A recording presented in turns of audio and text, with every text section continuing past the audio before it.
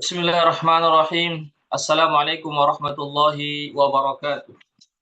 Alhamdulillahirabbil alamin wassalatu wassalamu ala asyrafil anbiya'i wal mursalin wa ala alihi wa sahbihi wa sallim wa ba'd. Ikhwatal Islam, a'azzakumullah. Pertama-tama kita senantiasa memuji Allah Subhanahu wa taala dan bersyukur kepadanya atas segala limpahan rahmat dan hidayahnya sehingga pada pagi hari menjelang siang kita dapat bersua kembali di ruang Zoom dalam program kajian akidah. Salawat dan salam senantiasa tercurahkan kepada junjungan kita Nabiullah Muhammad sallallahu alaihi wasallam beserta keluarga dan para sahabatnya, para pengikutnya yang tetap setia berpegang teguh kepada sunnah-sunnah beliau dan para sahabatnya hingga hari kiamat kelak. Amin ya rabbal alamin. Ikhwatal Islam rahimakumullah. Insyaallah pada pagi hari ini kita melanjutkan kajian akidah dari kitab Al-Qaulul Mufid ala Kitabit Tauhid yang ditulis oleh Fadilatul Syekh Muhammad bin Shalih Al-Utsaimin rahimahullahu taala. Yang merupakan kitab penjelasan dari kitab yang berjudul Kitabut Tauhid yang ditulis oleh Al-Imam Muhammad bin Abdul Wahhab rahimahullahu taala. Kita masih pembahasan tentang beriman kepada Allah. Ya, termasuk beriman kepada Allah adalah bersabar atas segala takdir-takdir Allah Subhanahu wa taala. Pada pertemuan sebelumnya kami sudah menjelaskan ya tentang bersabar di atas takdir Allah atau di atas musibah yang Allah berikan kepada kita, itu merupakan bagian daripada keimanan kita kepada Allah Subhanahu wa taala. Baiklah, saya akan menjelaskan di sini satu ayat yang disebutkan dalam kitab ini, yaitu dalam surah An-Taghabun ayat 11. Ya, Syekh Muhammad bin Abdul Wahhab rahimahullah taala menyebutkan satu ayat dari surah At-Taghabun ayat yang ke-11 yang bunyinya, a'udzubillahi minasyaitonir rajim, wa may yu'min billahi yahdi qalbahu. Dan siapa yang beriman kepada Allah, maka Allah akan memberikan petunjuk kepada hatinya. Apa maksudnya ini? Maksudnya ini adalah sebagaimana yang disebutkan oleh Al-Qamah. Al-Qamah menjelaskan ini ayat. Al-Qamah adalah seorang tabi'in. Ya, salah seorang tabi'in atau ulama tabi'in, yaitu di bawah generasi para sahabat Rasulullah atau setelah generasi sahabat Rasulullah sallallahu alaihi wasallam. Itu adalah termasuk bagian dari tabi'in atau murid dari para sahabat Rasulullah sallallahu alaihi wasallam yang bernama Al-Qamah. Al-Qamah mengatakan yang dimaksud dalam ayat ini adalah huwar rajulu, yaitu seseorang yang ketika tertimpa musibah maka dia mengetahui, meyakini bahwasanya musibah itu bersumber dari Allah Subhanahu wa taala.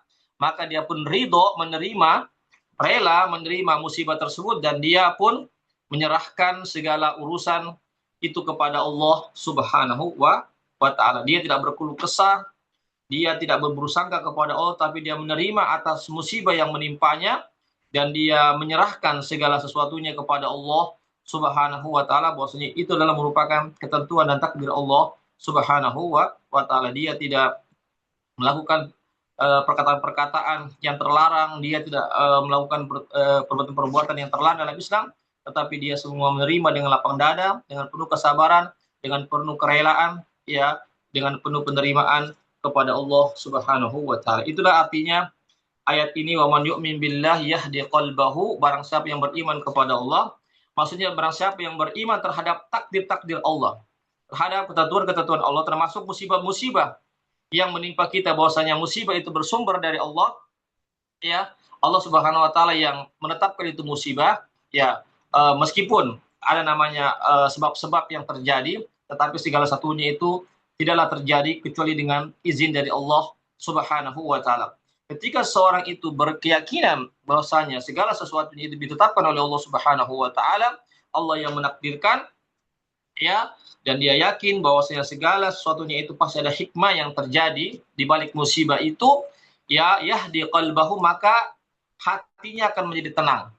Ya, dia hatinya tidak akan gelisah, tidak akan frustasi, dia tidak melakukan tindakan-tindakan yang terlarang, tidak melakukan peratapan, meratap dan seterusnya, tetapi dia tenang, Dia menerima, dia sabar, karena dia yakin bahwasanya segala sesuatunya itu termasuk musibah yang menimpa seseorang atau dirinya itu merupakan ketetapan dan ketentuan dari Allah Subhanahu wa taala. Dan tentu sekali lagi, iya, sekalipun itu musibah menurut kita adalah sesuatu yang kita tidak inginkan misalnya, tetapi dalam musibah itu pasti ada hikmahnya. Boleh jadi Allah Subhanahu wa taala ingin menghapuskan dosa-dosa kita, ya, atau boleh jadi Allah Subhanahu wa taala ingin mengangkat derajat kita yang lebih tinggi di sisi Allah Subhanahu wa taala. Tidak ada musibah yang menimpa seorang melainkan ada hikmahnya, ada pelajarannya, ya, yang harus kita yakini. Ya, ikhwatul Islam azza. Oleh karena itulah jangan kita mencela Allah, jangan kita berburuk sangka kepada Allah, jangan kita artinya menuduh Allah dengan tuduhan-tuduhan yang tidak benar, ya, atau kita putus asa terhadap musibah yang menimpa kita sehingga kita pun tidak lagi mau beramal, tidak mau lagi kita bangkit untuk memperbaiki diri kita. Tetapi dengan musibah itulah yang menimpa kita, maka kita harus introspeksi diri kita. Boleh jadi Allah Subhanahu wa taala menginginkan kita lebih baik lagi daripada hari-hari sebelumnya. Kita memperbaiki diri kita introspeksi diri kita, dan segera kita mendekatkan diri kita lebih dekat-dekatnya kepada Allah Subhanahu wa taala untuk terus kita komitmen dan konsisten istiqomah di atas agama Allah Subhanahu wa taala. Ikhwatul Islam azakallah, perlu kita ketahui bersama bahwasanya kehidupan ini adalah kehidupan yang penuh cobaan dan ujian. Ya, itulah dunia. Dunia adalah tempat ujian dan cobaan. Artinya, tatkala kita dilahirkan ke dunia ini oleh ibu-ibu kita, maka kita harus siap menghadapi namanya ujian. Ya, menghadapi cobaan. Kita tidak boleh mundur. Kita tidak mencari namanya musibah.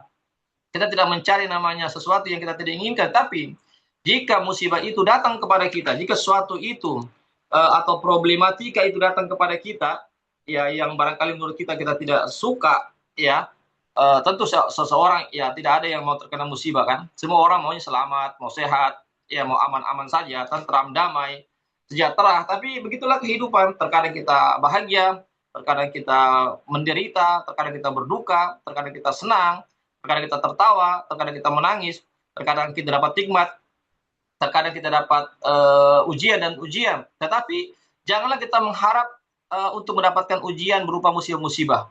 Ya, janganlah kita berharap untuk mendapatkan namanya kesusahan hidup. Tapi seandainya musibah itu datang, problematika itu datang kepada kita, maka kita tidak boleh lari. Maka kita tidak boleh berburuk sangka. Maka jangan kita menyerah. Jangan kita berputus asa. Tetapi justru kita harus menghadapinya dengan penuh kesabaran, dengan penuh kerelaan, dengan penuh berbaik sangka kepada Allah Subhanahu wa taala. Ini yang diinginkan oleh Allah Subhanahu wa taala. Iya, kenapa? Karena sejatinya kehidupannya adalah ujian. Iya, kita tahu ya bahwasanya lihat anak sekolah, anak kuliah, kalau ingin meningkat level kuliahnya atau sekolahnya naik ke tingkat selanjutnya, maka dia harus ujian dulu kan.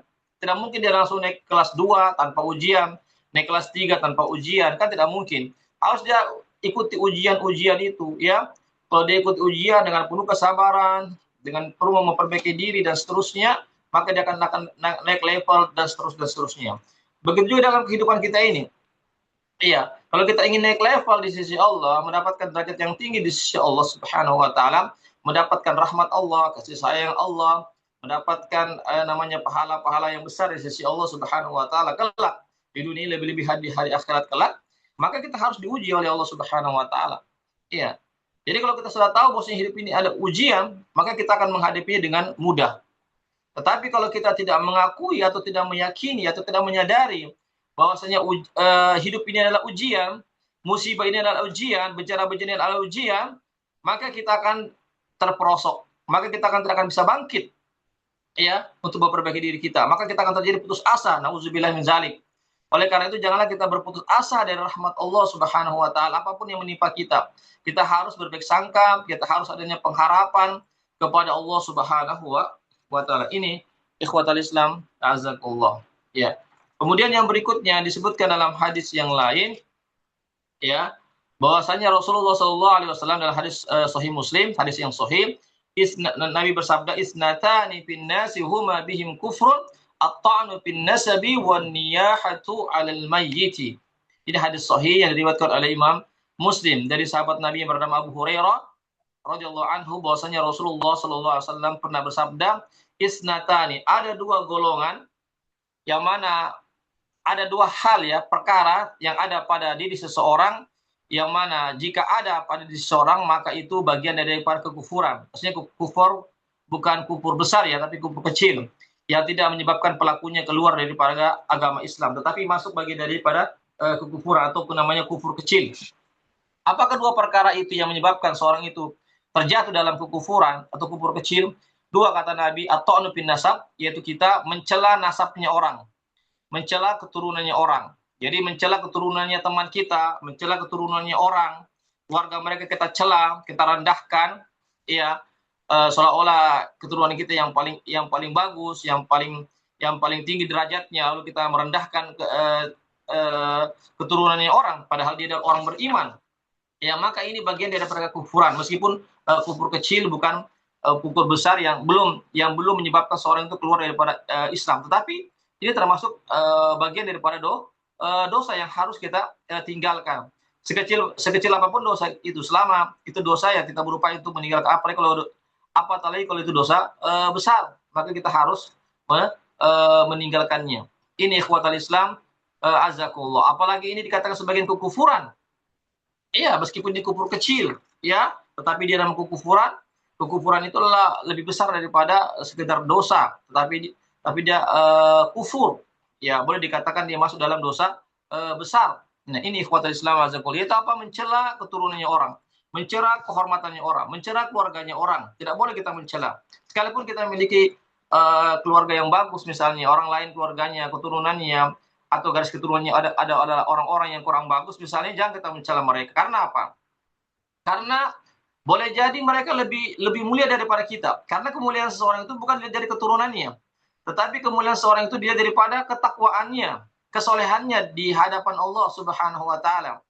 Iya, jadi yang menjadi barometer ukuran kemuliaan seseorang di hadapan Allah, di sisi Allah, itu bukan karena keturunan, bukan karena jabatan, pangkat dan seterusnya, bukan karena nasab, bukan karena dia dari bangsa ini, dari keturunan ini dan seterusnya. Tetapi yang menyebabkan seorang itu mulia di hadapan Allah adalah ketakwaannya, amal solehnya, keimanannya, itu yang menjadi barometer ukuran di hadapan Allah Subhanahu wa taala. Ikhwatul Islam azakullah. Oleh karena itulah, ya, kita harus memuliakan seseorang selama dia adalah orang beriman, bagaimanapun keturunannya, bagaimanapun bangsa kulitnya, apapun dia, dari negara apapun dia, dari keluarga apapun dia, meskipun dia bukan dari keluarga pejabat, bukan dari keluarga-keluarga yang terpandang dan seterusnya. Kalau dia beriman kepada Allah, meskipun dia budak, ya, kalau dia beriman kepada Allah, orang yang taat kepada Allah, orang yang cinta kepada Rasulullah SAW, maka dia adalah orang yang mulia di sisi Allah Subhanahu wa taala. Sebaliknya, meskipun orang itu tinggi derajatnya di hadapan manusia, tinggi pangkatnya, kedudukannya, nasabnya bagus dan keturunannya dari bangsa-bangsa yang mulia misalnya, tetapi dia tidak beriman kepada Allah, tetapi dia tidak beriman kepada Rasulullah, tetapi dia amalnya buruk, maka mereka adalah orang yang paling rendah, hina di sisi Allah Subhanahu wa taala. Oleh karena itu, kepada Islam azakullah, janganlah kita fanatisme terhadap golongan kita, keturunan kita, lalu kita merendahkan orang, lalu kita mendiskreditkan orang. Ya, padahal di sisi Allah Subhanahu wa taala, Allah hanya melihat daripada amal-amal kita dan hati-hati kita. Allah Subhanahu wa taala tidak melihat daripada wajah kita, keturunan kita, pangkat kita, harta kita. Allah tidak melihat itu semua. Yang menjadi ukuran di sisi Allah, yang diterima di sisi Allah, hanyalah amal, iman dan hati-hati kita. Yang kedua, termasuk bagian daripada kekufuran, kufur kecil yang ada pada diri seorang adalah an-niyahatu 'alal mayyit, yaitu meratap, ya, meratap tatkala terjadinya musibah, khususnya ketika ada keluarganya yang meninggal dunia, dia meratap, bukan cuma sekedar menangis, tapi meratap. Meratap ini Nabi jelaskan dalam hadis yang lain, bahwasanya Nabi bersabda, "Laisa minna man darabal hududa wa syaqqal juyuba wa da'a bid'awal jahiliyah." Kata Nabi, bukanlah dari golonganku tatkala tertimpa musibah, apakah kematian atau yang selainnya, selama itu musibah, lalu dia memukul-mukul pipinya, menampar-nampar mukanya, lalu dia merobek-robek pakaiannya, lalu dia berdoa, memanggil dengan panggilan-panggilan jahiliyah yang terlarang dalam agama Islam, maka itu bukan bagian dari golongan Rasulullah SAW. Ini dinamakan dengan orang yang meratap, bukan orang yang menangis. Menangis itu diperbolehkan, ya, tetapi tidak mengeluarkan kata-kata, tidak melakukan tingkah laku atau sikap-sikap yang seolah-olah dia tidak menerima musibah tersebut, seolah-olah musibah itu menghinakan dia, seolah-olah Allah SWT tidak senang kepada dia. Seterusnya ini adalah perbuatan-perbuatan yang tidak dibenarkan, yang masih dalam kategori perbuatan orang-orang kufur pada saat itu. Jadi musibah yang menimpa kita, termasuk kematian keluarga kita, ya, atau apa namanya, kematian daripada orang tua kita dan seterusnya, maka kita harus menghadapi dengan kesabaran, menghadapi dengan ketulusan dan keridhaan dan kerelaan, karena semuanya adalah ujian dari Allah Subhanahu wa Ta'ala. Tentu kita tidak menginginkan kita terjatuh dari ke dalam perbuatan yang terlarang, yaitu perbuatan meratap atas musibah yang menimpa kita. Ini ikhwatul Islam, azakullah. Nabi pernah menangis, tapi beliau tidak meratap. Ia tidak mengeluarkan kata-kata yang tercela, tidak mengeluarkan kata-kata yang seolah-olah kata-katanya itu tidak menerima ridho ketentuan dari Allah. Nabi menangis, itu sudah fitrah manusia. Ya, wajarlah kalau kita bersedih tatkala ada anak kita meninggal dunia, keluarga kita, istri kita meninggal dunia, itu wajar. Itu sudah fitrah manusia. Yang tidak wajar kalau kita sampai nampar-nampar pipi, memukul-mukul dinding, berteriak-teriak, atau kita mengeluarkan kata-kata yang seolah-olah kita tidak ridho dengan ketentuan Allah Subhanahu wa Ta'ala. Ini yang dimaksud dengan an-niyaha. Ikhwatul Islam, azakullah. Nabi pernah menangis, Nabi pernah meneteskan air mata ketika ada anaknya beliau bernama Ibrahim yang masih kecil meninggal dunia, beliau menangis. Iya, karena begitulah fitrah manusia, cinta kepada anaknya, keluarganya, dan seterusnya. Tapi jangan sampai melampaui batas, jangan sampai keluar dari batasan-batasan Allah Subhanahu wa Ta'ala sehingga kita melakukan perbuatan yang diharamkan. Ini ikhwatul Islam, azakullah. Ya. Kemudian yang berikutnya hadis Nabi, ya, Nabi bersabda, ya, idza aradallahu bi 'abdi khaira ajjala lahu bil uqubati fid dunya. Ya, apabila Allah Subhanahu wa taala menginginkan kebaikan kepada seorang hamba, maka Allah Subhanahu wa taala akan menyegerakan hukumannya di dunia ini. Sebaliknya apabila Allah Subhanahu wa taala menghendaki keburukan bagi seorang hamba, maka Allah Subhanahu wa taala menahan atas hambanya itu hukumannya atas dosa yang dilakukan, tidak menurunkan hukumannya atas dosa yang dilakukan oleh hambanya itu, hatta yuwafiya bihi yaumil qiyamah, sehingga Allah Subhanahu wa taala akan memberikan hukuman yang setimpal pada hari kiamat. Ini ikhwatul Islam, azakumullah, yaitu timbangan. Ini hadis yang diriwayatkan oleh Imam Tirmidzi, ya, insyaallah hadisnya adalah hadis yang hasan, paling munim adalah hadis hasan, hadis yang diterima dalam agama Islam. Iya, jadi bunyinya adalah, ya, penggalan yang pertama, apabila Allah SWT menghendaki kebaikan kepada seseorang, itu apa yang Allah lakukan? Apa yang Allah perbuat kepada hambanya jika Allah berkehendak baik kepada kita? Itu Allah segera memberikan hukuman kepada kita di dunia ini tatkala kita berbuat dosa. Ya, jadi sekali lagi, hukuman atau musibah yang menimpa kita itu boleh jadi karena dosa-dosa kita. Ya, siapa di antara kita yang tidak pernah berdosa? Dosa besarkah, dosa kecilkah, dosa kecil yang terus-menerus kita lakukan? Ya, kita ini manusia biasa, ada hawa nafsu, ada setan dari jin, setan dari manusia yang menggoda kita dimanapun kita berada, dari dalam, dari luar, maka wajarlah kalau kita berbuat dosa. Ya, oleh karena itu tatkala Allah Subhanahu wa taala memberikan hukuman atas dosa yang kita lakukan, maka itu sebenarnya kebaikan yang Allah inginkan kepada kita. Kenapa? Karena tatkala kita nanti meninggal dunia, dosa-dosa kita sudah habis. Karena apa? Karena sudah dibalas dengan musibah-musibah yang menimpa kita. Bukan berarti kita mencari musibah, bukan berarti kita sekedar sengaja untuk berbuat dosa agar Allah memberikan musibah kepada kita. Bukan itu yang dimaksud. Kita berupaya untuk tidak terjatuh dalam perbuatan maksiat. Kita mengarahkan nafsu kita melawan setan, tidak mengikuti langkah-langkah setan, kita terus bagaimana memperkuat iman kita. Namun karena kita manusia biasa, terkadang kita terjatuh khilaf namanya dalam perbuatan dosa dan kesalahan, dan kita segera mengakuinya, segera kita mohon ampun kepada Allah Subhanahu wa taala, segera kita memperbaiki diri kita. Namun ketika itu Allah juga toh memberikan kita misalnya semacam musibah-musibah, hukuman-hukuman dari Allah, maka yakinlah itu adalah kebaikan bagi kita, karena Allah ingin menghapuskan dosa-dosa kita melalui musibah-musibah yang menimpa kita. Ini ikhwatul Islam, azakumullah, yang harus kita pahami bersama. Kemudian sebaliknya, Apabila Allah Subhanahu wa taala menghendaki keburukan, iya, kepada seorang hamba, maka Allah menahan hukumannya terhadap hamba tersebut di dunia atas dosa yang dia lakukan. Artinya, kalau seandainya misalnya ada seseorang yang merasa enjoy dengan perbuatan dosa dan kemaksiatannya, lalu dia mengatakan, saya berbuat dosa juga, Allah tidak turunkan saya sampai sekarang ini, saya sehat-sehat saja. Saya sehat sih, aman-aman saja, tidak ada musibah yang ini. Janganlah kita bangga dengan kemaksiatan itu, karena boleh jadi Allah menahan hukumannya di dunia, tetapi Allah akan berikan nanti balasannya, hukumannya di hari akhirat. Ini yang lebih parah. Kenapa? Karena siksaan di hari akhirat itu lebih parah, lebih sulit, lebih berbahaya dibandingkan hukuman Allah di dunia. Karena kita tahu saja bahwasanya api neraka itu, api di neraka itu panasnya 70 kali lipat daripada api dunia. Siksaan di neraka 70 kali lipat dibandingkan siksaan atau hukuman yang ada di dunia ini. Oleh karena itulah, apalagi di akhirat itu hukumannya ya misalnya seorang dimasukkan ke dalam neraka itu bukan perkara yang gampang. Ya, hukumannya, siksaannya, nauzubillah min zalik.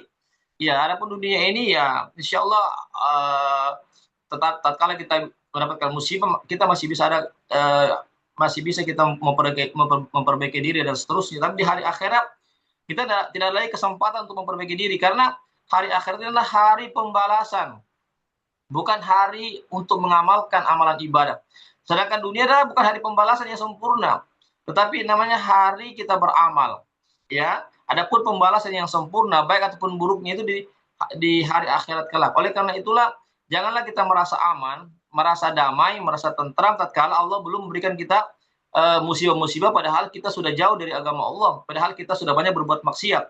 Masih kita khawatir jangan sampai kita asik-asik berbuat maksiat, begitu juga Allah telah memberikan hukumannya secara langsung pada saat itu di dunia ini, tetapi nauzubillah min dzalik, kalau Allah nanti mengakhirkan hukuman kita nanti di hari akhirat, ini kita khawatirkan ikhwatul Islam azakumullah. Artinya semoga Allah Subhanahu wa taala, jamaah sekalian, ia membimbing kita sehingga kita pun terus bisa berada di atas agama Allah. Namun tatkala kita berbuat kemaksiatan karena kelalaian kita, karena hawa nafsu kita atau godaan syaitan terkutuk, maka segera kita bangkit, memperbaiki diri, segera kita memohon ampun kepada Allah Subhanahu wa taala. Kemudian yang terakhir jamaah sekalian adalah hadis Rasulullah sallallahu alaihi wasallam, inna idzamal jazaa ma'a idzamil bala. Sesungguhnya besarnya pembalasan Allah Subhanahu wa taala di hari akhirat nanti itu berbanding lurus dengan besarnya musibah yang menimpa kita. Ya, jadi kita yakin bahwasanya seberapa besar musibah atau ujian-ujian yang menimpa kita di dunia, kematian, kebakaran, longsor dan seterusnya yang berupa bencana-bencana alam misalnya, seberapa besar yang kita alami itu akan begitu juga besar nanti balasan kebaikan nanti yang kita akan terima nanti pada hari akhirat. Ini ikhwatul Islam azakullah, ini harus kita yakini, karena ini adalah sabda Rasulullah Shallallahu Alaihi Wasallam dalam hadis yang sahih. Ya, oleh karena itulah, tatkala kita mendapatkan musibah, anggaplah misalnya itu musibah itu adalah musibah besar, maka yakinlah bahwasanya insya Allah kelak kalau kita bersabar, kita rela, ya kita menerima atas musibah yang besar itu, insya Allah di hari akhirat kelak Allah akan berikan pahala yang besar juga di sisi Allah Subhanahu wa taala. Kemudian Nabi bersabda, innallaha ta'ala idza habba qauman ibtalahu. Sesungguhnya Allah Subhanahu wa taala apabila menghendaki kebaikan kepada suatu kaum, suatu bangsa, satu masyarakat, ya maka Allah Subhanahu wa taala akan menguji mereka ya dengan ujian-ujian, musibah-musibah. Faman radiya falahur ridha. Siapa yang menerima ujian itu, rela atas ujian itu, bersabar, maka dia akan mendapatkan keridhaan, kerelaan dari Allah Subhanahu wa taala dan kecintaan dari Allah Subhanahu wa taala. Wa man sakhita falahu sukhat. Namun siapa yang berkeluh kesah, yang tidak bersabar, yang tidak rela dengan ujian-ujian dari Allah, maka dia akan mendapatkan kemurkaan, ia mendapatkan kemarahan dari Allah Subhanahu wa taala. Ini ikhwatul Islam azakumullah. Jadi jangan heran kalau para nabi adalah orang yang sangat dicintai oleh Allah, karena nabi adalah orang-orang yang banyak sekali mendapatkan musibah-musibah, ujian-ujian dari Allah, tapi mereka bersabar, mereka ridho, karena semua itu adalah ujian. Mereka mengetahui untuk mengangkat derajat mereka setinggi-tingginya di sisi Allah Subhanahu wa taala. Sebaliknya, orang yang berkeluh kesah. Lihatlah orang-orang kafir, orang-orang para pendosa ketika mereka mendapat kenikmatan, mereka lupa kepada Allah Subhanahu wa taala. Nanti ketika mereka mendapatkan ujian-ujian, baru mereka ya mau kembali kepada Allah Subhanahu wa taala. Yang dan lebih parahnya lagi adalah ketika berbuat dia mendapatkan kebaikan, dia lupa kepada Allah, namun ketika dia mendapatkan kesusahan, dia juga berburuk sangka kepada Allah Subhanahu wa taala. Nauzubillah min zalik. Ini yang kita tidak inginkan. Yang kita inginkan adalah kita bisa bersabar atas dosa-dosa kita, sehingga Allah Subhanahu wa taala memberikan ujian-ujian atau hukuman-hukuman kepada kita karena dosa-dosa kita. Oleh karena itulah, maka hendaklah kita bersabar, kita ridho, rela atas musibah yang menimpa kita, karena semua ada hikmahnya. Allah Subhanahu wa taala tidak menginginkan dari kita kehinaan, ya kesengsaraan daripada ujian ini, tapi Allah ingin menghapuskan dosa-dosa kita, dan yang lebih penting lagi adalah Allah ingin mengangkat derajat kita di surga Allah Subhanahu wa taala setinggi-tingginya. Ya, barangkali ini yang bisa kami sampaikan ikhwatul Islam azakullah terkait tentang bab, yaitu termasuk bagian daripada keimanan kepada Allah adalah bersabar atas musibah-musibah yang menimpa kita. Demikianlah penyampaian kami pada pagi hari menjelang siang ini tentang masalah akidah. Sebelum saya tutup, kalau ada yang bertanya dipersilakan. Ada yang bertanya? Baik, kalau tidak ada, mudah-mudahan bisa dipahami semua apa yang bisa kami sampaikan. Ya, kebenaran hanyalah milik Allah, kesalahan dan kekhilafan dari kami ataupun daripada godaan syaitan yang terkutuk, kami mohon ampun kepada Allah, dan kami mohon maaf kepada para pemirsa semuanya. Demikianlah perjumpaan kita pada pagi hari ini. Kami undur diri. Barakallahu fikum. Wabillahi taufiq. Wassalamualaikum warahmatullahi wabarakatuh.